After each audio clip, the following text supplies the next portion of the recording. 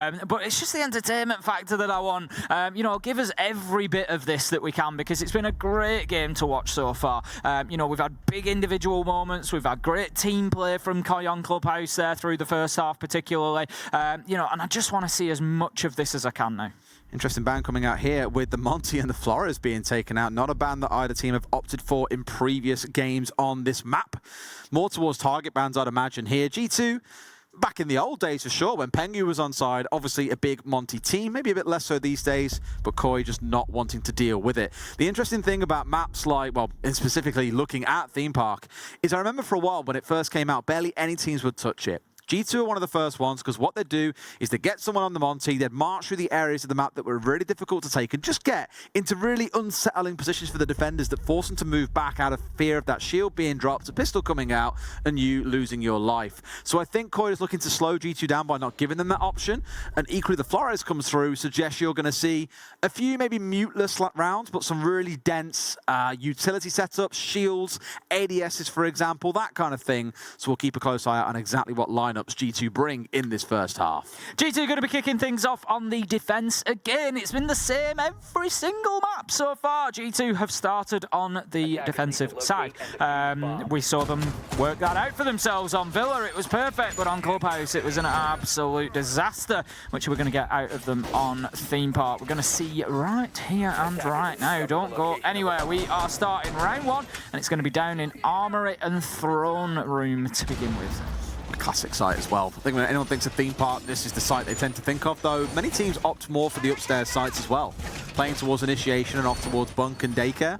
Though that's what you'll probably see in the second and third round. Some teams over the last year as well have started employing lab and storage as well. Hasn't really been the go-to for a number of teams, but where teams have started employing it, it has grown in popularity. The thing about this site that I'm always a bit uneasy about is for many teams, they'll get a wall open, and then the defending team is like, well, that's it. Site's exposed. We can't really play in there very comfortably. We've got to go and play deep up towards yellow, for example. Doki, they're looking to get cheeky on the rip, looking for a little bit of a spawn peek.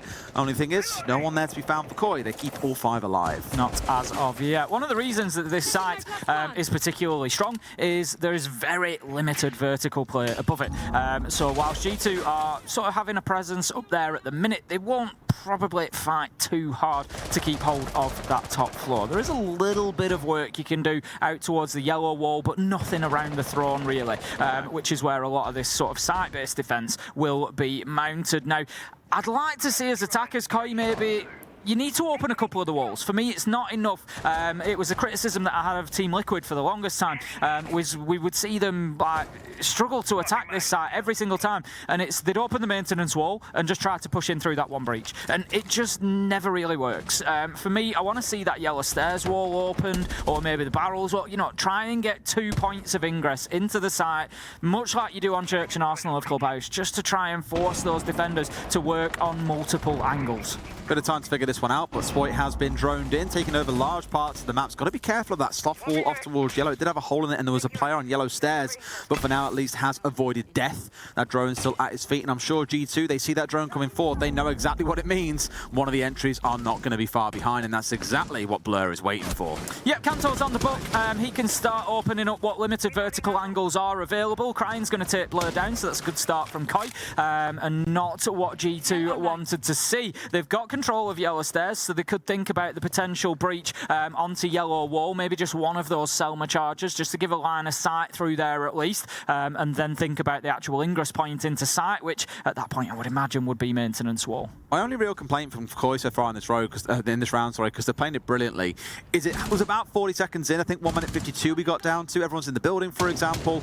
It wasn't until 1:52 that the drone started leading Spoit into the building. That's really 40 seconds of time they could have been getting top floor control that has been somewhat given away. Now with only 45 seconds left, they're just starting to get themselves set up on the ground floor.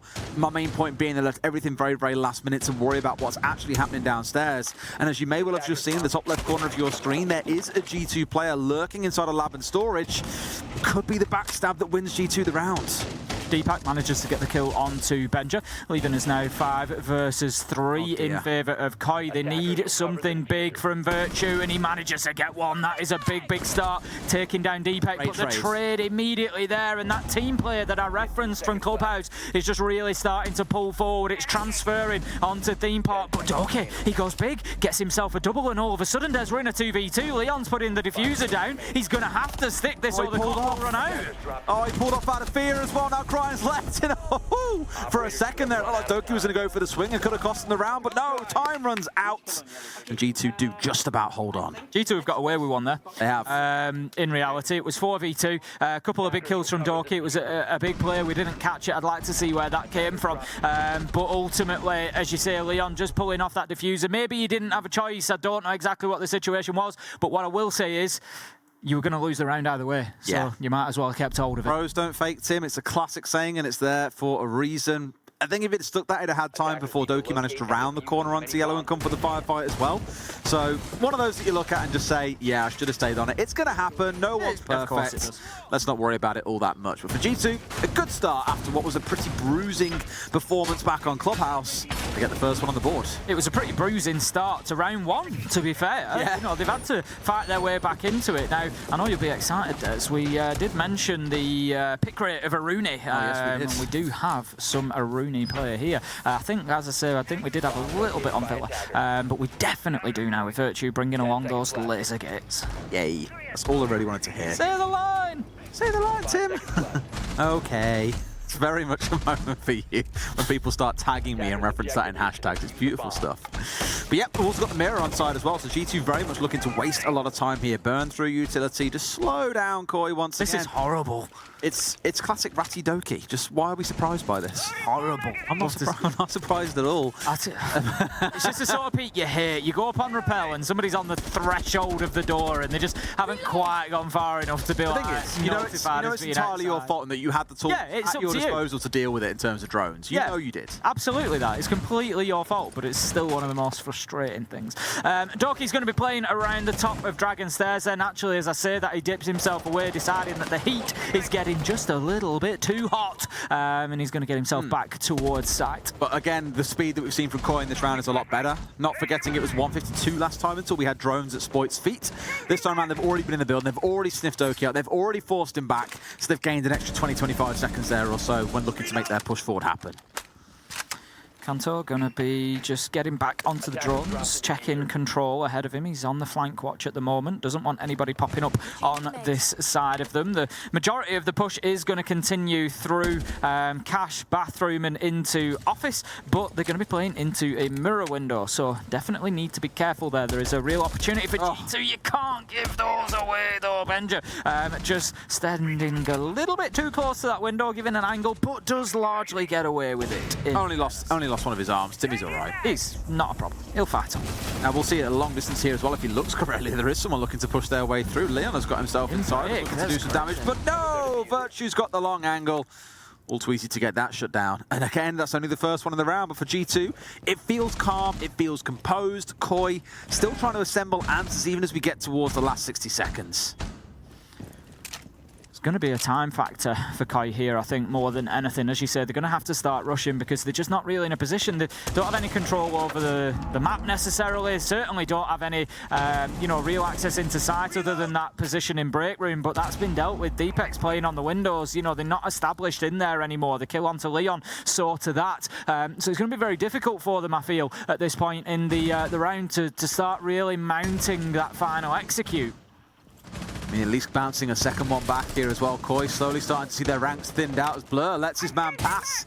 That's the mirror taken out, and now Spoit's at least inside of the room itself, but can he really go much further? Given all the utility sat around and the angles no doubt being watched too, into a final 3 versus 3 with 20 seconds to go. It feels like Villa all over again, Tim, when it comes down to these last second executes. Yeah, it's probably going to be a little bit of a rush here. Cryan trying to get himself in and get the diffuser down, but Blur, he's going to take out Spoit. Doki finds Cryan, diffuser down, round over, as it's Benja that manages to find that final kill, and that is G2 2-0.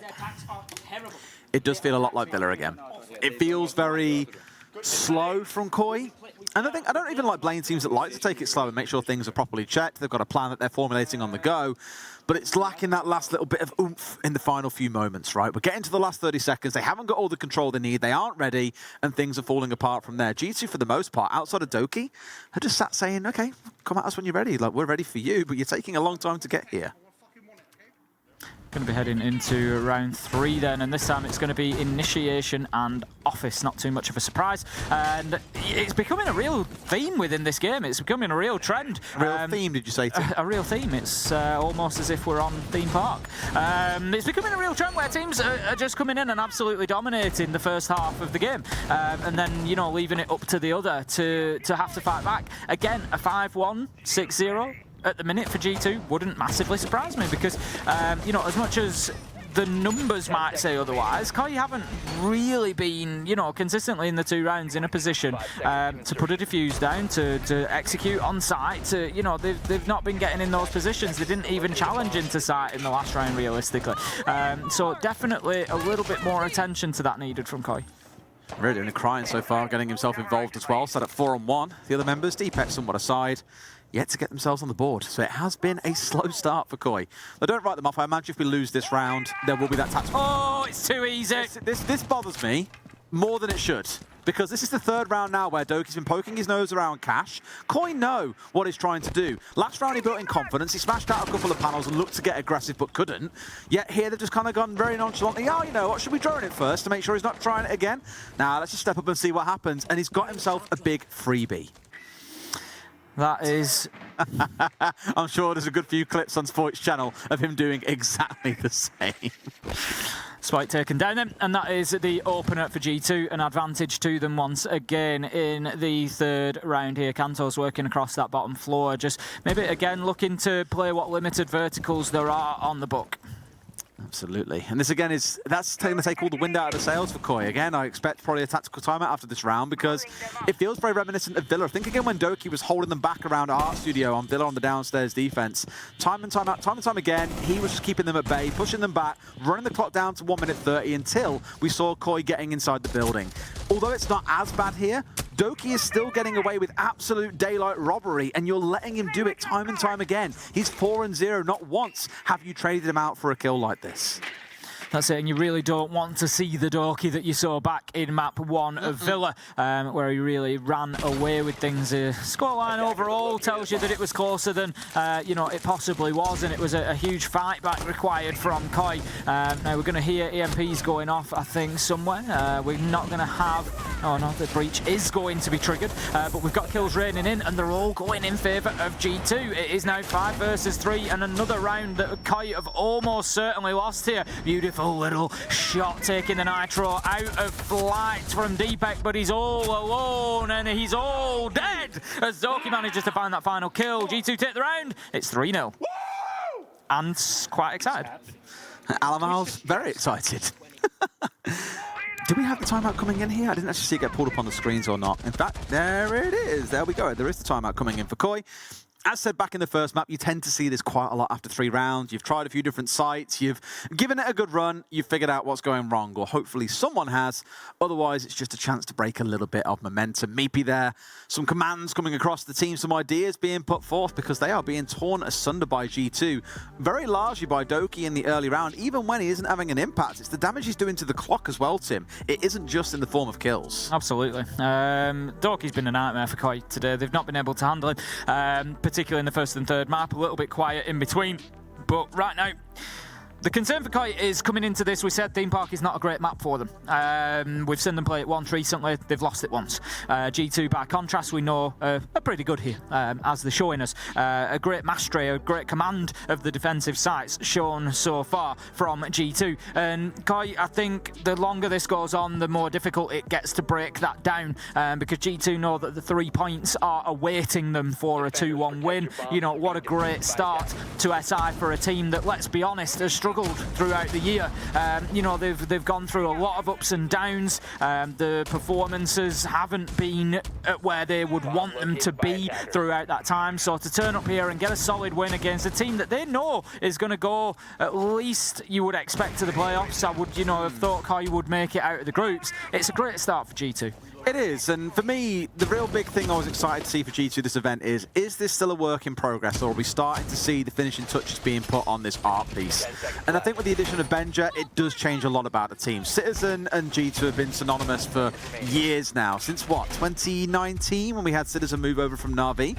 Him moving on is a big change to this team, not just in terms of how they play, but also culturally inside the team, inside the camp of G2 itself.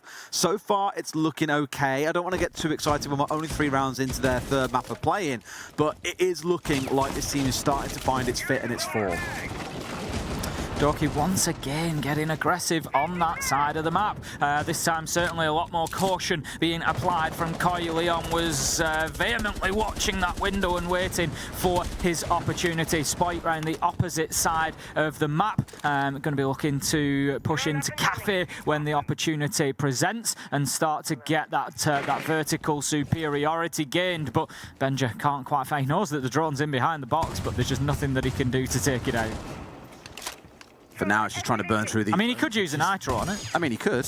I guess. It might be a case of excessive overkill, but why not? A drone onto Doki, and there he goes. That's what they want, because inside 60 seconds here, you've cleared out the man that has given you so much trouble across these first few rounds. Amaru going to be going in through the window to support Leon, both of them inside of break now. Crying, again, steadily away. You know, he's getting his kills, but it doesn't feel like he's had those big moments that we know that he's capable of as well. Plenty of time yet to come. Benja, he's just marking out a nitro there. I think there's maybe a little bit of intel on that floor above him, and he's just asking Doki, who is sat, as we can see, on a black eye camera. So what's happening there is Benja's just marking the position of that nitro, and he's waiting for Doki to call it. And as soon as Doki, watching that camera, tells him that there's somebody above him, he will pull the trigger. Now then, Kanto, I think that drone was underneath, and Benja was, I was just going to say, the drone... Oh, this is dangerous, Benja. No, he was far too committed to the nitro, and that is beautiful play from Kanto. What has happened there is Kanto has sent the drone underneath, he's seen the pre-placed nitro, and then when Benja's attention was taken trying to get that nitro back in hand, Kanto goes in with the information and gets a kill. Beautiful play. Trying to catch out Alamar here is just dancing away on site itself. It's a big 2K for Virtue though.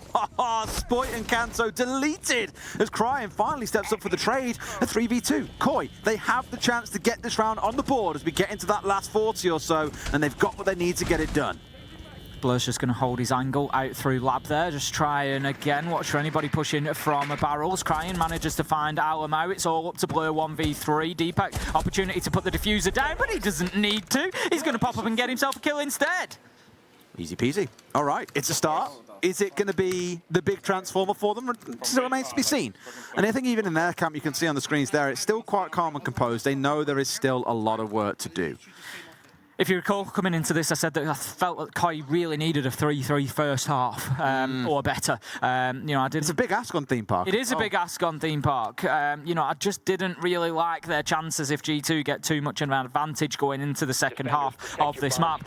So another couple of rounds coming up that are particularly important now for Koi to try and just get themselves further back into this. And you know, it's going to start here and now with this attack that they're going to be bringing onto Bunk and Daycare. Just again, it was a good round for them. They were in control of the site towards the end, but you got to remember it was the 4th choice site for G2, which is a question mark that I will raise. You know, they've already had a very clean rotation of those first 3 sites. Do you really need to go to lab and storage, or can you just rinse and repeat and go back through Armory Throne and on you go? That's it. I mean, for here, this feels very similar to what we saw out of G2. I think it was in round 2, I want to say, when we had these setups of the mirror protecting inside of office, sorry. Last I recall, it was actually when Benja basically let Spoit slip past him, get control of study, and then command the whole area around waiting room 2. This time around, it should be a little more aggressive, a little more composed in their defense, I think. Again, you've got Doki trying to go quite aggressive and hold them at bay. This will be a big test of character for Koi. They've had their tactical timeout. They've had a discussion about how to deal with Doki. They should have an answer.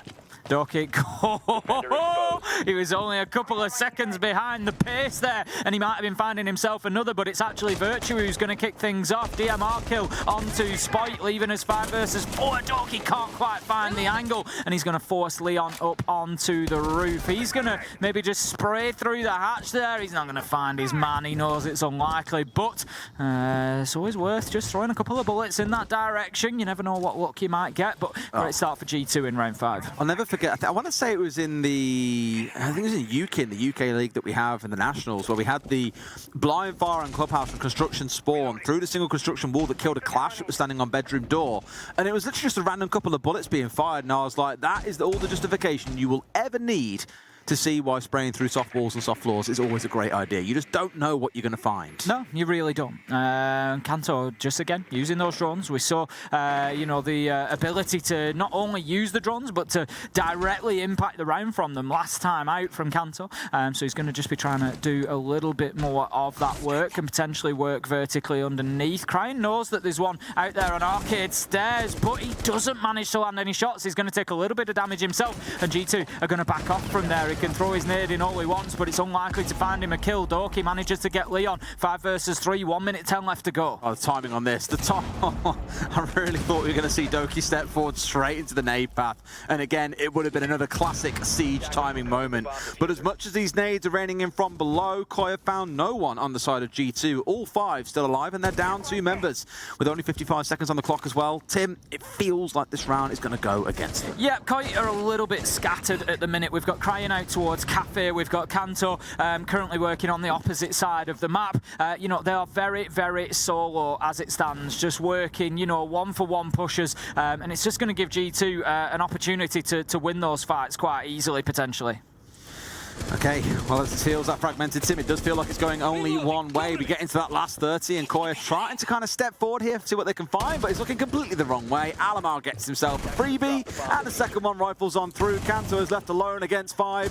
G2 will go up to 4-1, and that 3-3 half that he said they so sorely need on the side of Koi, Tim, it's now no longer a possibility. It's not, and as you say, if you're a Koi supporter, I think at this point you start getting a little bit concerned. Now, let's not forget, G2 have still got to do it on the attack.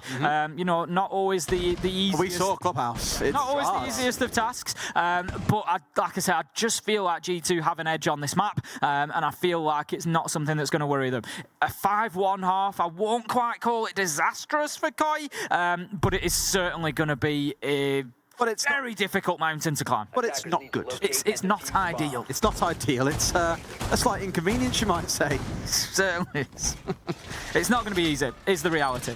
It's going to be a very difficult mountain for them to climb, to come back from that. They've shown us that they can.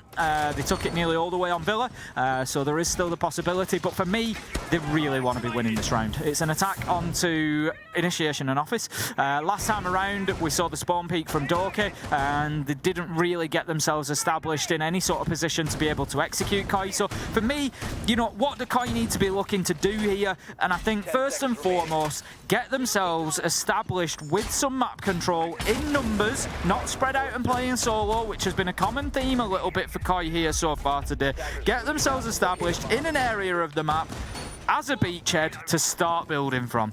Just do that, and then worry about the rest. And they are doing that, right? So I'm seeing Cryin coming along here in the Amaru. I'm straight away going back to what they did last time, which was zip their way up inside a kitchen, take over with 2 men together at the same time, and sort of start your push from there, which I like, because the go-to expectation on this map is that you push inside a cache, you push inside a cafe, and those are your 2 points of entry where the team really starts to base their assault from. So if you've got a slightly different idea, I'm all for it. That is, of course, assuming they go for that path, because Cryin may not even need to make use of the Amaru Gara hooks here. Instead, just walk in, rocking the gun instead. Okay, he sees his opportunity, can't quite find the shots onto Leon, does do a little tickle of damage, but that's all that Doki really wants. The kill would have been perfect, but he's got himself away into the map, no damage taken, more time wasted, and that is the first minute, looking pretty good for G2. And Cryin still vibing up on the roof then for now then, so I think trying to get themselves some hatch control, which is no doubt open right underneath him.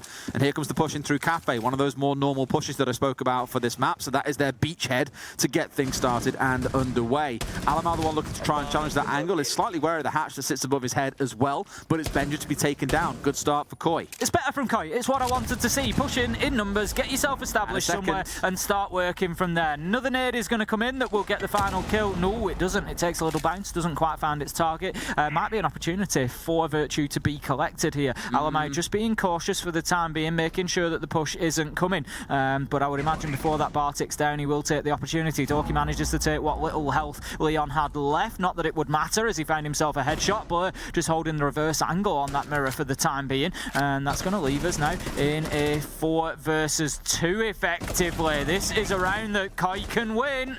I was going to say, surely there's just no way Alamau can get his man back up there because it's so risky. They had no control over the arcade balcony, and you can see that from Alamau almost losing his life on the exit, but now he's a little bit penned in. Koi know exactly where he is. If he comes out of this one alive, he's a miracle worker. Finds one, wrapping around for the second, and finds his miracle. Man. How has Alamau find 2? He's the miracle worker himself. It's a 2v1. Crying being taken down, and Alamau with a massive 2K gives G2 the 5-1 half. That is absolutely huge for G2, I'll be honest, and I think, you know, a lot of other people coming in here, I don't think that there was a clear favourite, if I'm honest, coming in today.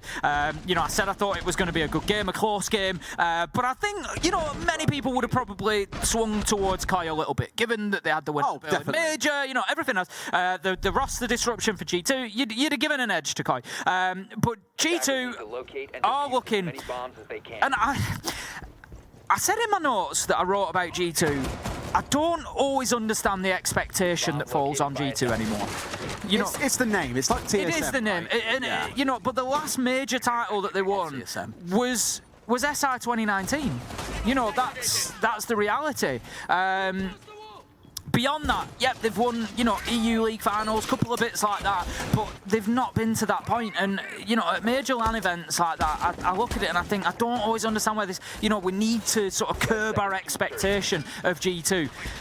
And I've done that myself coming into this tournament. And this G2 is a team that I'm looking at now and I'm thinking, yes, this is something that we can get excited about. Yeah. This looks good. It looks entertaining. It's like I said, are we putting the finishing touches on the final picture, or are we still in like a builder phase is what this event was going to show? And I didn't want to get too excited by, as I said in round 4, by the third map in their first series played. We'll have a much better judgment of them by the end of the week. But what we're seeing so far looks good. The only thing I'll reflect on is a lot of this has come down to Doki today. Yep. Map 1 was him popping off big time. Here on map 2, it has been him being a massive disruptor hanging around cash.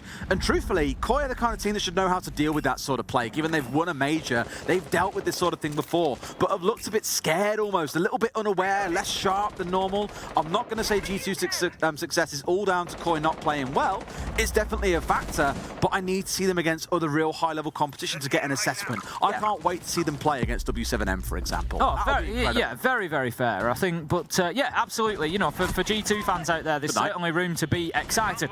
Koi manages to get an opener on to Doki. Going to be a big start there. Now then, Koi, they need to start winning defenses immediately here. They want to be getting numbers back on the board. It's going to be 4 versus 3 as Alamai manages to get the trade against Leon there. Benja just pushing in here on the knock. This could be a bit cheeky. There's a couple ahead of him. There's real opportunities for kills to be found. They've just dropped away, yeah. Otherwise, it could have been mega. Oh, Blur! He's in such a great position on the side swipe, but can't connect. And now Benja's left alone on the upstairs, hoping to catch more on the way through, but they know that he's there. They know exactly what's going down. He's going to find absolutely nothing. Koi, a much better round coming out, as you come to expect as they switch over to the defensive side. Crying especially is having an absolute field day. Finishes off a couple for himself in the round, and no doubt about to find the third if Benja keeps on missing shots like this. Benja going to be pushing in behind that nade more than likely. No, There's the Yokais. Dip himself away, as you say. There's everything that Crying needs here. There's no way that he loses that fight. Manages to find his kill. It's going to be a headshot, and that's going to be Koi taking their first defensive round. As I said, they needed to be winning those immediately, but there won't be too much panic in the G2 camp just yet. Obviously, first choice site coming out for Koi there. You know, so you'd expect them to win a defense or two. The thing is here, look at it like this. G2 need 2 rounds. Yep. All they need to do is win the third choice site. Yep. For Koi. Yep. That's all they need to do. So they can lose Armory Throne, they can lose Bunk and Daycare, or Initiation, depending which Koi choose to go to. It's going to be Bunk and Daycare. So they can lose Bunk and Daycare, and they can just win Initiation Office both times. You know, as long as they can show that they can win one of these sites, this should be good. It's a big should, though. It's a big should. Capital S, Tim. Big should. Maybe even a capital H. I was just about to say, if you're really pushing the boat out, capital H. Not a capital O, but we're halfway there. We're getting there. Still, I think from Koi, yes, good first solid round, especially out of Crying. Big 3K, as mentioned. That third choice, when we get to it, these two sites on the top floor, I think, are actually relatively similar. They don't really play out all that differently. It's just different sides of the map, really. Different sides of the same coin, if you want to look at it like that. It's going to be a very similar setup to what G2 employ with this mirror window at the top of yellow, looking in towards study side, or in towards, oh, what are you calling it, study? In towards office side, sorry, and looking out towards cash. Now, what's going to be a real teller is we've got Spoit, who has been, yes, watching some of his own videos, it turns out, Alamau. Maybe in a spot here where unless G2 are prepared, could get a big catch out, but it's not unforgivable if you have a team make use of plays like that and then get caught by exactly the same thing. Spoit's just going to dip back into bathroom, keeping pressure on that cash side. Doesn't want to be letting G2 have any ground for free. Oh, look at this, Tim. A drone comes in first. Imagine. What is that all about? So weird. You know, we've seen that 90 corridor area underneath the default cam, exactly where Kanto is playing right now. We've seen this become, you know, such an important spot over the last couple of months. Thinking about ripping the nitro Good there. see for him there. Let's go back out again. If he throws it just right, catches it underneath the door for him, then yeah, he might just be able to reach far enough, but the angle is being held. As soon as he pops his head up, if he does, it will be trouble. Nitro not far enough out, doesn't manage to get the throw there, and Benja, he's just going to continue holding this one to see if he can pick himself up a nice opener. Patience of a Saint, and realises as well that it's the Sledge pushing in to get some support, but it was Doki pushing tight, but no! Loses his life. G2, though, have shut Koi down. They've found themselves 3 kills so far already, and sure, Crying gives them a little bit of breathing room with a kill onto Blur, but it's still a 3v2. They've still got so much utility, Tim. 3 flashes, 2 nades, drones out on the field.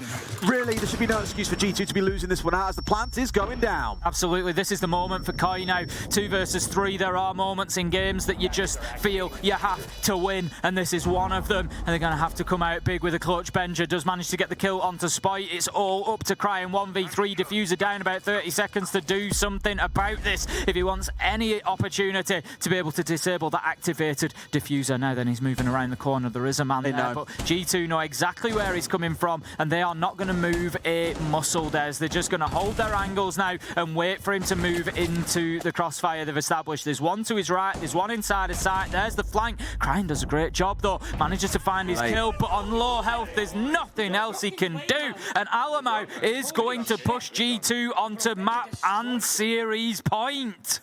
Big round from G2. That's starting to break that deadlock a little bit here, where it looks like defenders will be running away with the game.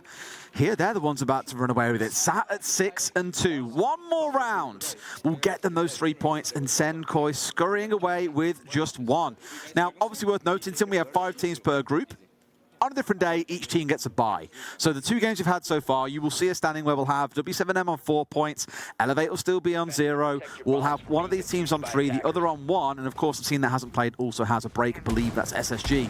So with how things are starting to square up already, although it's still only the first day, you can see things starting to warm up and get a feel for what might happen. I can very much see a bit of a scrap between teams like, well, to be fair, all 4 of them except for W7M, I could see fighting out for 2nd or 3rd place. Yeah, it's going to be definitely a hard-fought group, is this one. To be honest, you look across all of the groups and it's the same. There's, you know, it's going to be very close in a lot of them. It's very difficult to call exactly how those groups will shape up at the end of things. And it's just the world of Siege that we live in at the minute, Des. You know, we've seen that bar raise year after year after year, you know, for more and more teams. And, you know, the days, we've said it countless times, the days of dynasties, the days of teams just taking over, they feel long gone. Oh, it's regions now, Tim. We've won the last 2 majors in Europe. What are you on about?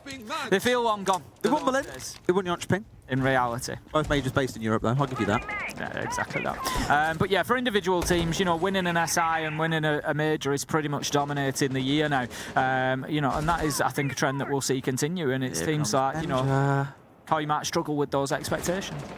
Backs away here for a second, as well as his gadget was timing out. Has managed to avoid that camera that was hanging around Catch, actually. So if it recharges back up, he got a little crawl down that waiting room hallway and may find himself a kill or 2 on the way through if the side of Koi aren't careful. Here he goes on the march forward. A couple of pings coming out with the EE1D as well. I don't know if he knows. Oh, yes, he does. And there was one towards the right. Does he know about Spoit? Because Spoit was still hanging inside of showers. But with that brief moment of panic, Benja could go big. Spoit brings down Doki. Clearly G2 making a small error there in not realizing that Spoit was still lurking around.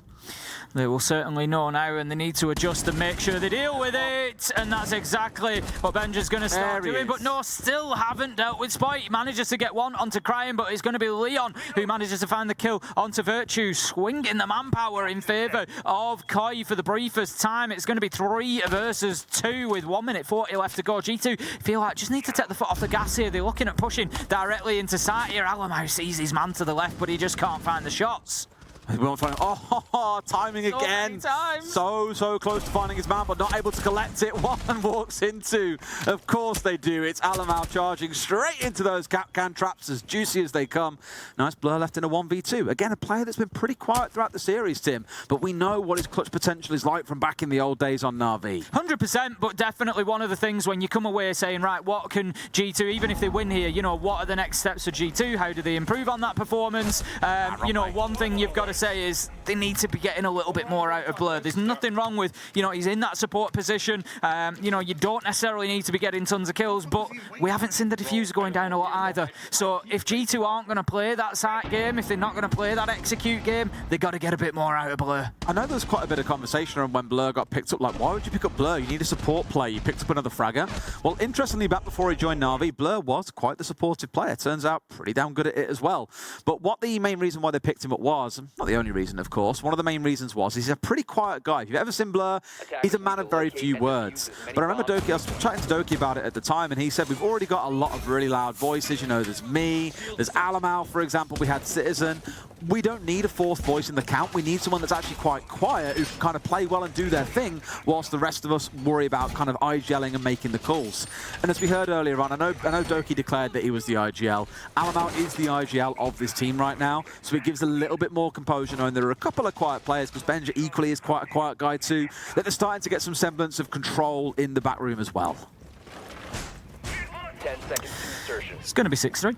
It's going to be 6-3 to G2. They've got another 3 opportunities to close this out and take 3 points, not the full 4 that are available for a 2-0 win. We have come to map 3, so 1 point at least will be dropped for whichever of these 2 teams wins. But I think in the grand scheme of things, that's not really going to matter too much.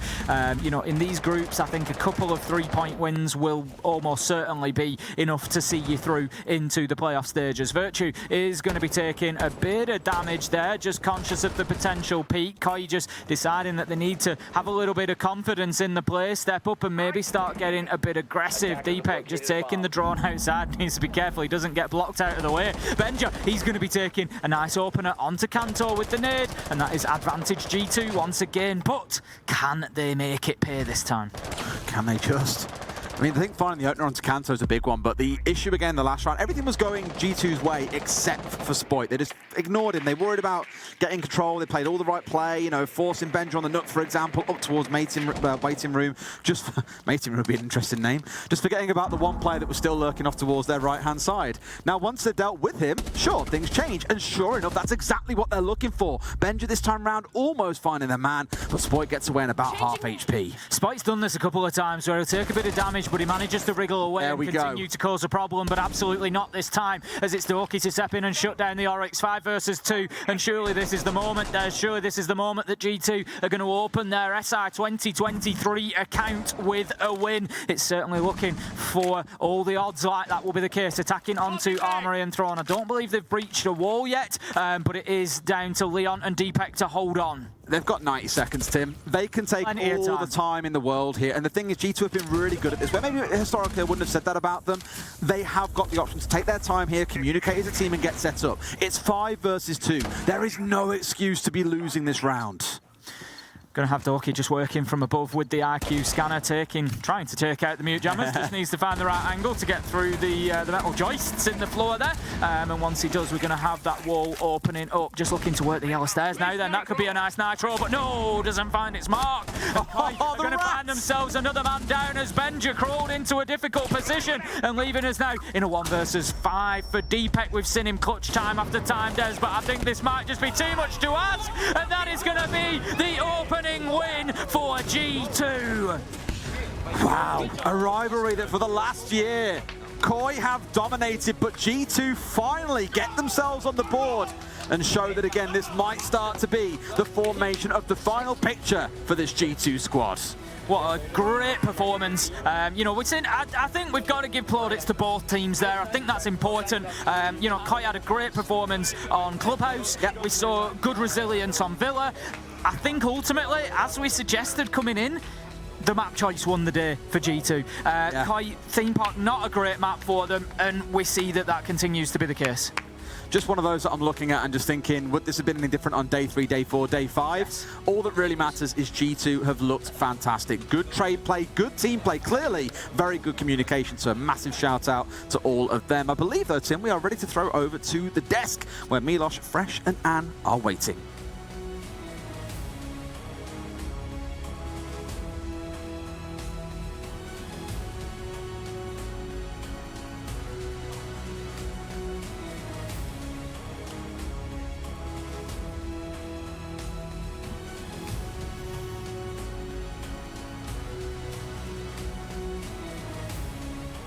And we're back again, apparently, for Stream B. There we go. Stream A, we've got rid of. We've passed Stream A back to the desk, but Stream B, you get to... So it wasn't Fresh and Anne. We would have thrown back to them as a prep for their next game over on A-Stream, but here on B-Stream, Yes. still with us for now.